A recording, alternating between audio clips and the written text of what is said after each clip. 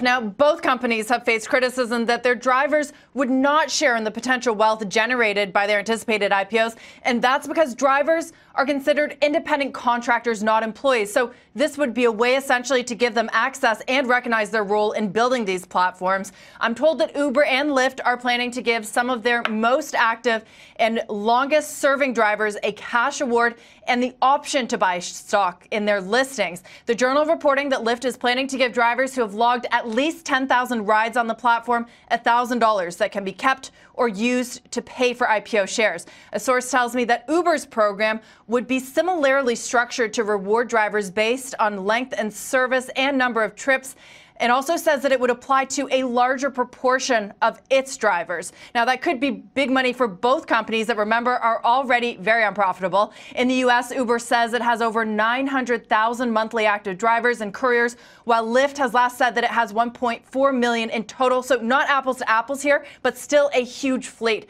Now, for years, Uber has been looking at ways to give drivers equity in the company, and this is essentially a workaround solution. But it brings up questions over that independent contractor status of ride-sharing drivers. This is key to the company's business models, but it's also a flashpoint for labor groups, and the issue is expected to be a key risk factor when the companies make their IPO filings public, which could happen for Lyft as soon as tomorrow.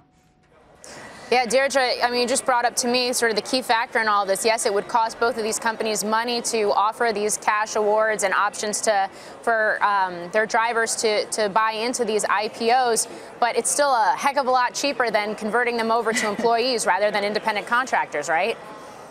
That's right, and that's what this whole debate is over. As independent contractors, they don't have access to things like benefits, and there's been rulings here in California that have set a precedent that could make it more likely in the future that they could be treated as employees. But there may be a little bit of PR going on here. Uber and Lyft saying, okay, we're going to let you take part of this IPO, which, remember, the drivers have helped build these companies while keeping their independent contractor status. So there is definitely a workaround here. We'll see if that's enough to appease them. Okay, Deirdre, thanks very much. We'll be interested. Could be as soon as tomorrow, Morgan, getting that Lyft IPO detail. It'd be great to see the numbers, quite how unprofitable they are. It would be, and I'm not convinced that some of those drivers would actually want to be employees, since many of them, I know, at least here in the New York area, work for multiple. Exactly.